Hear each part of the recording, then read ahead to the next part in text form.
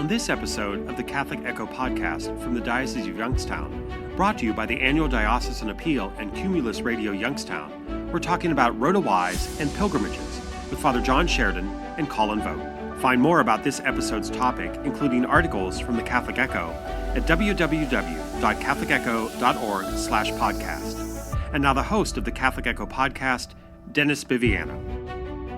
Hello and welcome to the Catholic Echo podcast. Joining me today is Father John Sheridan, pastor of Divine Mercy Parish in Massillon. Thanks for joining us. Thank you for having me. It's great to be with you. Appropriately, today is the 76th anniversary of RHODA WISE's passing. She was a Canton native and within the last decade declared a servant of God by Bishop George Murray. Now, she was a Catholic stigmatist, a mystic. What else can you tell folks about RHODA WISE's truly unique story? RHODA WISE was born in the late 1800s, 1888, and she was born to a non-Catholic family in Cadets, Ohio. She grew up there and eventually got married and moved to Canton, Ohio. Her first marriage ended with the untimely death of her husband, and so it was very difficult for her. And her second marriage to George Wise, it was also a very difficult time because her husband was an alcoholic, and so she had a lot of suffering in that marriage. They adopted several children together, and during the course of her marriage to George, she became very ill with a stomach tumor and obstruction of the bowel, and she suffered greatly and went to Mercy Hospital, which at the time was in downtown Canton, and the sisters cared for her greatly, taught her to pray the rosary, shared with her the story of the Sacred Heart of Jesus and St. Therese of Lisieux, the Little Flower, and eventually, even there in the hospital, she was baptized and confirmed by Bishop McFadden and received into the Catholic Church. So it's a beautiful story of conversion, even in the midst of great suffering. But at the end of that time, the doctors determined there was nothing more they could do for her, so they sent her home, presumably to die. And on May 28th, 1939, she received a vision from the Lord, and he said he would be back in 30 days, and she was preparing for him to come back to take her to death. But on June 28th, he came, and she was miraculously cured during that visit. So she no longer had the bowel obstruction. She no longer had this tumor. It was a really great experience of healing, and she was able to, share her story. She went to church for the first time at St. Peter that weekend, and she was very blessed.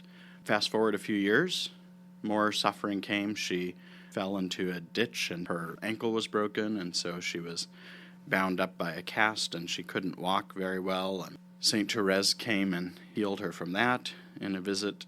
And at some point near the end of her life, late 1930s on till 1945, she was receiving the wounds of Christ every first Friday from 12 to 3 o'clock. And they would bleed in her hands, her feet, and the spots for the crown of thorns would have been in the head of the Lord. And those images are on display at the museum. What was your experience like when you saw those in person? Well, I was really amazed by them, and they have as well the cloths that she bled onto that covered her head that I have seen, and it really is a profound statement of love on her part that she gave herself so intensely to the Lord that he wanted to share with her his own life and his own suffering. And then she offered that suffering for others, for priests, for religious, for healing of the world. I had the chance to meet Karen Sigler. She's really the curator of the museum. She's been there for decades, 4 decades. Now, she never got a chance to meet RHODA WISE, but, her decades of dedication really keeping the memory alive, it's really truly special. Yeah, Karen's a lovely person. I work with her on the board of the RHODA WISE Shrine, and she began her work at the shrine on the day I was born, so we're sort of connected in that way as well. She was invited by Rhoda's daughter, Anna May, to continue the work that Anna May herself had done from the time of her mother's passing in 1948 until the early 1980s. And Anna May, as she was reaching her elder years, decided if the work was going to continue, someone needed to continue it. And so she invited Karen to join the cause, and she's been a great curator for it ever since. Both of us are millennials. You grew up in Borbon, I grew up in Niles. Both of us were not familiar with RHODA WISE's story, me until recently over the last year joining the diocese. Are you surprised that there are so many people out there that still don't know her story? Yeah, I think it's amazing that we have such a profound experience of faith right here in our own diocese that so many people aren't even aware of. We think about conversion experiences or pilgrimages. You have to go far away to places like the Holy Land or to Rome or to France, to Lourdes and Fatima in Portugal.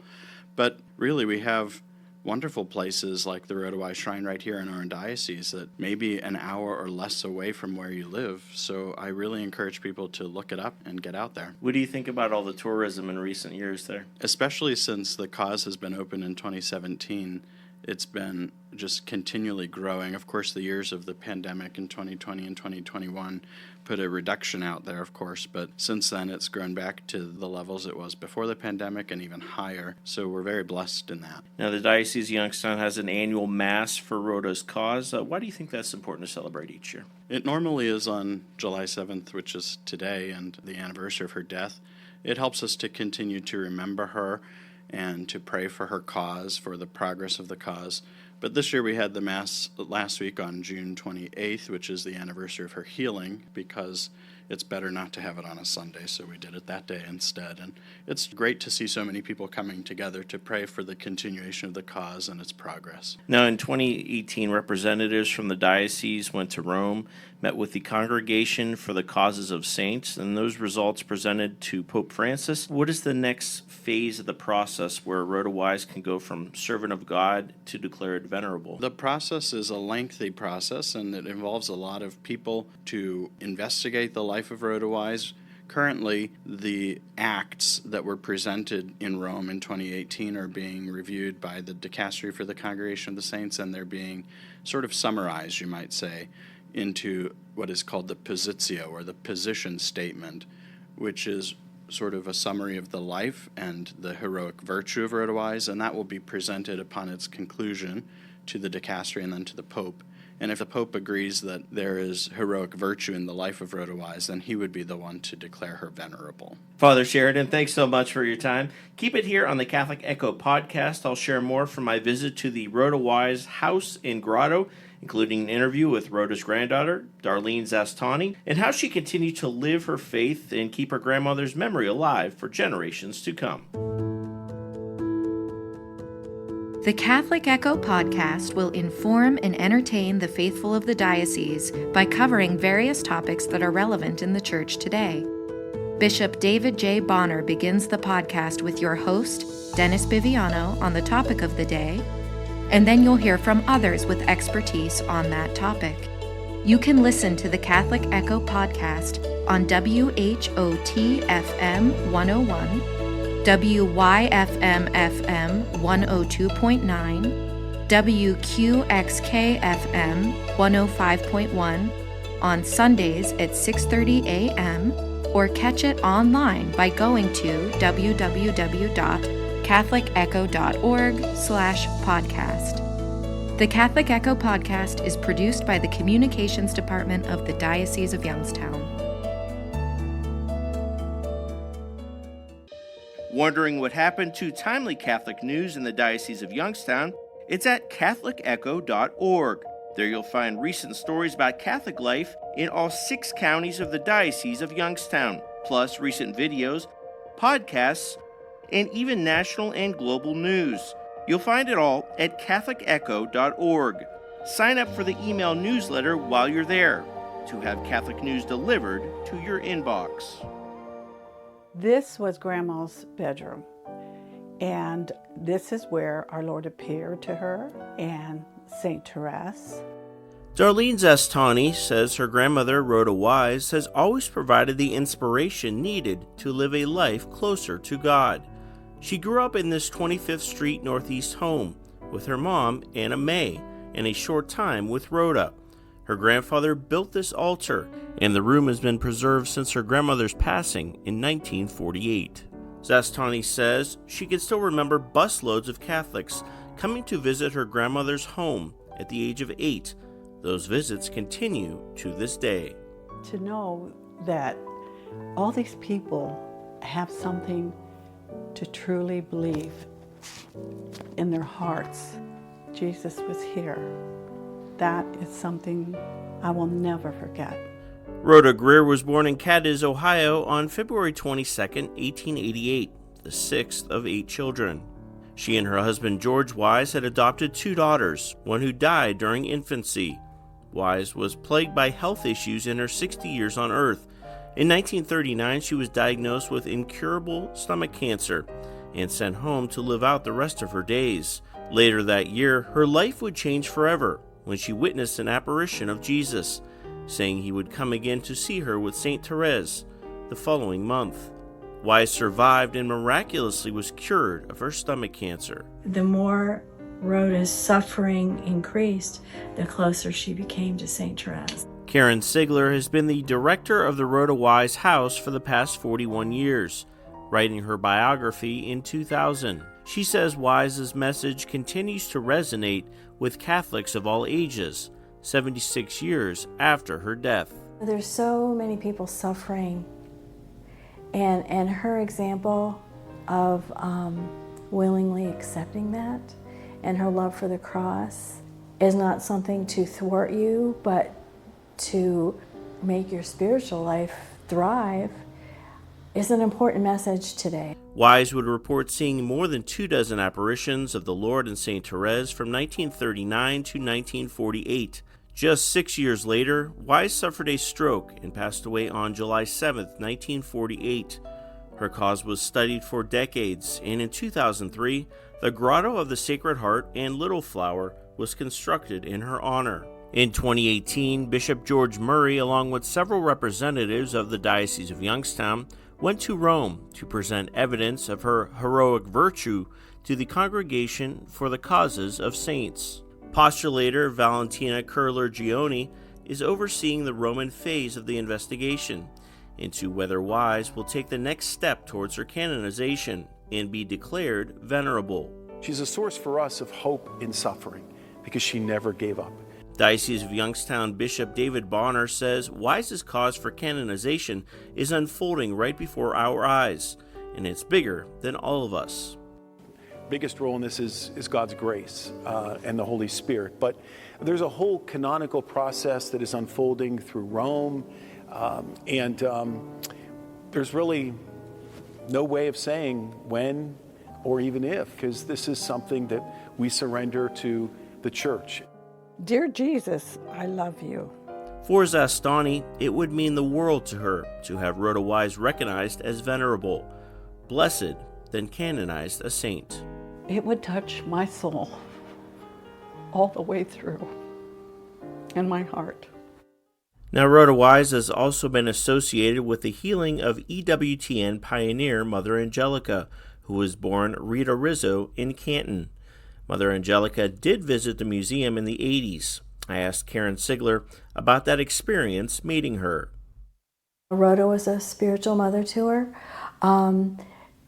Mother wasn't really practicing the faith back then, and when she was healed after coming here, it really showed her that God had a personal love for her, and it changed everything in Mother Angelica's life. It led to her vocation and EWTN and all their beautiful monastery down there, all the wonderful things that came about. Is there that sense of pride knowing she's from the Canton area when you used to watch her on television? Personally, I was very intimidated by Mother Angelica. Tell me why. Because she was just bigger than life. And our temperaments are not at all the same. Although, I appreciated her. She had a temperament more like my mother. It was difficult for me to talk to her because I was so intimidated by her. I remember I told somebody, there was one time when, because I met her more than once. Would she come here to visit? Well, she was here twice in the 80s.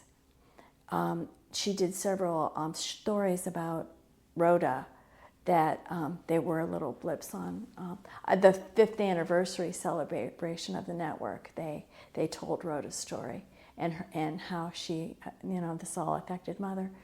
But I went down to Alabama almost every year after Anna Mae died, and I just kind of follow her around like a puppy.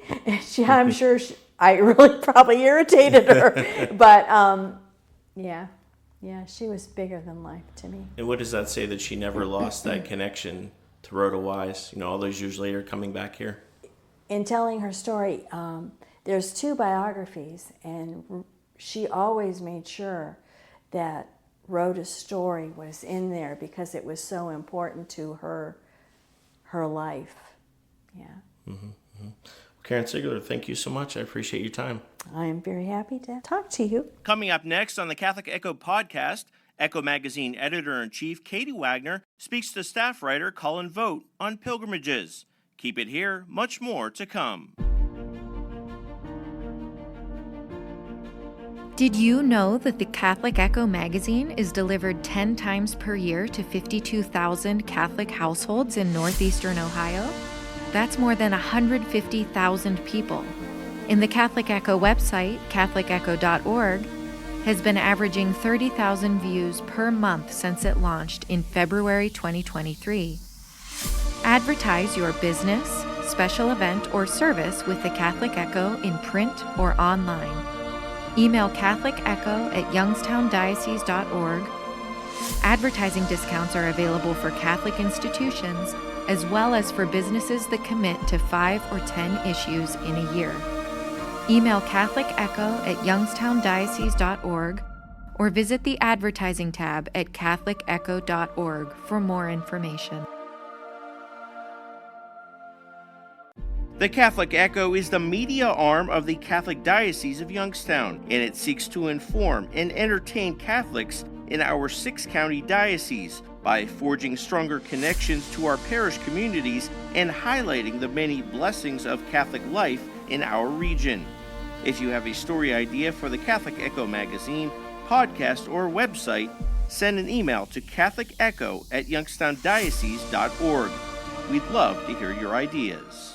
Wondering what happened to timely Catholic news in the Diocese of Youngstown? It's at catholicecho.org. Sign up for the email newsletter while you're there to have Catholic news delivered to your inbox. This is Katie Wagner, Editor-in-Chief of the Catholic Echo magazine.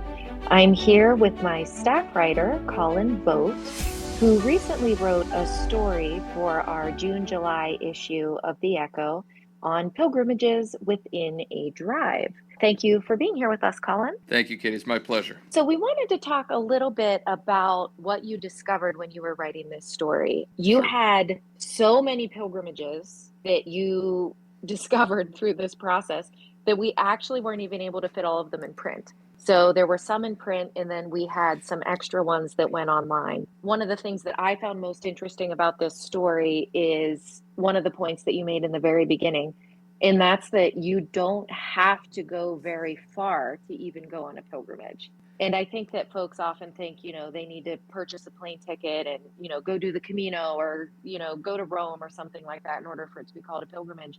But your point was we have a lot of places locally that would be considered one. Can you speak a little bit about that? What is a pilgrimage and what do we have within a drive? One of the beautiful things that I kind of learned from doing this article was just how much life there is in our faith all around us. And it really just kind of reiterated for me like the importance of just seeking God in everyday places. Maybe not everyday places, but just you could go on a quick little drive and be in God's creation just the same as you did the Camino or something like that. So I found that really, empowering for me because it was a reminder that I need to do more as a believer and take advantage of the places that are close to me. One thing that really stood out was that all the people that I spoke to, and I spoke to some brilliant people that just have so much wisdom to share with people, is setting an intention for what you're hoping to get out of it really makes such a difference.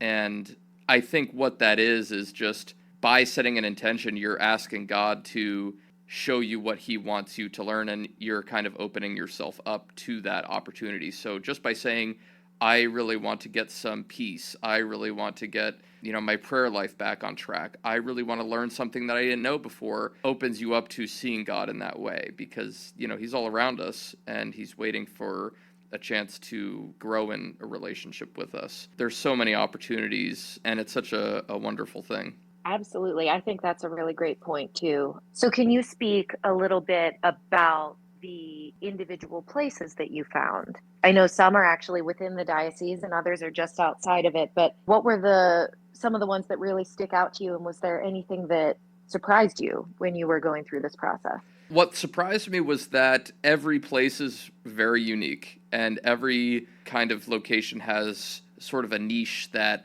makes it worth going to, worth visiting. So it's not as if you go to one place, there's no point going to another one because they're all so different. So there's so much diversity, I guess, is really the point of what I'm saying. One thing that I thought was really amazing, I got to go to the Bethany Retreat Center in Sheridan, and that was just such a big open, it's 350 acres, and right across the road is Notre Dame High School. And it's just such a beautiful place to go. And they have these prayer days every so often where you just go for a single day.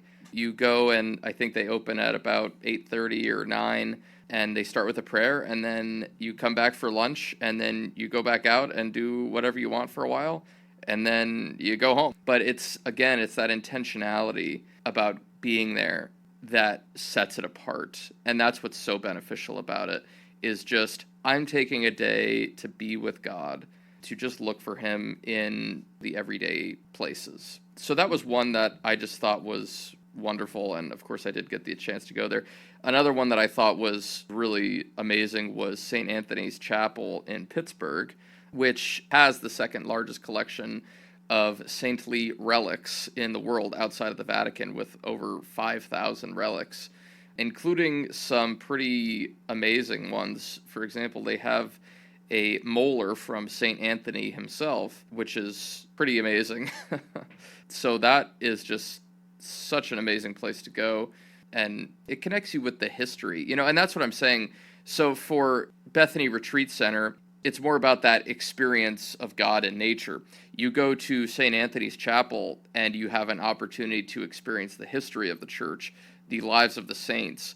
That's such a different experience from Bethany Retreat Center. So there's such a diversity of opportunities, and it's really special. Oh, for sure. I've actually been to St. Anthony's. I was lucky. I went, there are certain days of the week, which we have outlined in the story, where they have docent-led tours. Mm-hmm. And I was fortunate enough to go when they had a docent there, and it was incredible. I mean, he walks you around and shows you all of the relics and explains the various kinds of relics, which that was our faith fact for June, July as well. Collin explained, here's what a first-class relic is, here's what a second-class relic is. But, you get a lot of information on that in person when you go somewhere like St. Anthony's, which is pretty cool too. So, yeah. And Collin, I understand that you recently went on a retreat or a pilgrimage. Can you talk a little bit about that? Before I even knew I was doing the story, I was feeling like, you know what, I need to do something. I need to just get outside I don't want to say the 9 to 5 of my faith, but that's kind of what it felt like at the time. I was like, I need to just break from this and really do a deep dive. So I went to the Jesuit Retreat Center in Parma, which I learned about from my church that I go to. My best friend and I went for this Catholic men's retreat, and it was just a weekend-long experience of what does it mean to be a Catholic man. And we did all the sacraments, or not all the sacraments, I should say. We didn't get married there, but we we did confession, we had Mass, we had the Eucharist, we had adoration. So that was part of it. We also had a lot of lectures and presentations, and just got to learn a lot from these great guys that were running it. Father O'Connor is the retreat director there, and he is just such a wonderful guy. He's so kind-hearted, and he's so approachable, and I couldn't recommend having a conversation with him more. I mean, he's just a wonderful guy. What I found was just setting aside my phone, no screen time, as much as possible anyway, and just immersing myself in that was such a relaxing experience for me. And I think just exactly what I needed to get out of it was a little bit of restoration in that. I'm kind of a high stress type of person, and I just needed to connect with God in more of a just friends meeting up kind of way, if that makes sense. I was so, in need of that just kind of comfort, or just that experience of love and acceptance that God offers to each of us. So that was your intention for this, just Exactly. like you were saying in the beginning. Exactly. And that's just what I got out of it. And then when you told me that you wanted to do a story on this, I was like, I have to do Jesuit Retreat Center because it was just such a amazing experience. And Father O'Connor describes it as an oasis because it's right in the middle of Parma and nobody even knows it was there. And it was pretty funny. I was talking to someone else from Parma for a story that we were doing for the Echo. And I said, hey, have you heard of the Jesuit Retreat Center? And she said, no, I have not. I said, oh, yeah, it's right there in the middle of Parma. And the other thing that I really got out of being there was just that 2 minutes away from a busy road with honking cars and kids running around and people just going about their daily lives is this place to take a step back and experience God. And that lesson right there is so beneficial to me to just say, you can access this anywhere. You can come back to this relationship anywhere. It doesn't have to be this big, expensive or extravagant trip or something like that. It can just be a weekend. Take a deep dive. One thing that Father O'Connor said to me, he's like, what happens when we don't take a vacation? What happens when we don't take a rest from our work? Well, what happens in our faith when we don't go on a retreat? When we don't take that opportunity to reset or just get back to that baseline of your faith, And one of the themes from the retreat was remembering that we are the beloved sons and daughters of God. And there's nothing that we can do to earn that love or deserve that. It's a gift that's freely given, and remembering how loved we are from God is just such a blessing. And that was something that wasn't even on my radar, and it just hit me like a truck at that moment. It wasn't something I was thinking about, like, I really need to remember how I'm the beloved Son of God. It was, oh, I forgot that, And then you think, How could I forget that? But it's an opportunity to learn something new, to set an intention, and to look for God in the everyday. And we can do that anywhere. Wow, well, that's lovely. And I thank you so much for taking the time to sort of explain some of the highlights of the story and tell us about your own experience. It's great to hear from someone who's been on a retreat, and the story's fantastic. So for anyone who would like to read it, you can find the print version online as a PDF. It's an interactive PDF at catholicecho.org.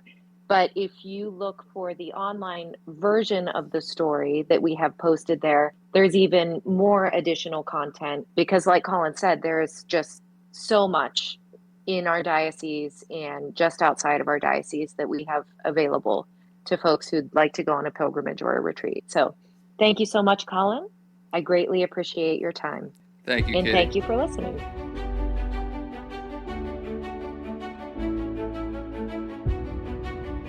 The Catholic Echo podcast is a production of the Roman Catholic Diocese of Youngstown. Your host has been Dennis Biviano. Have a blessed day, and may God be with you.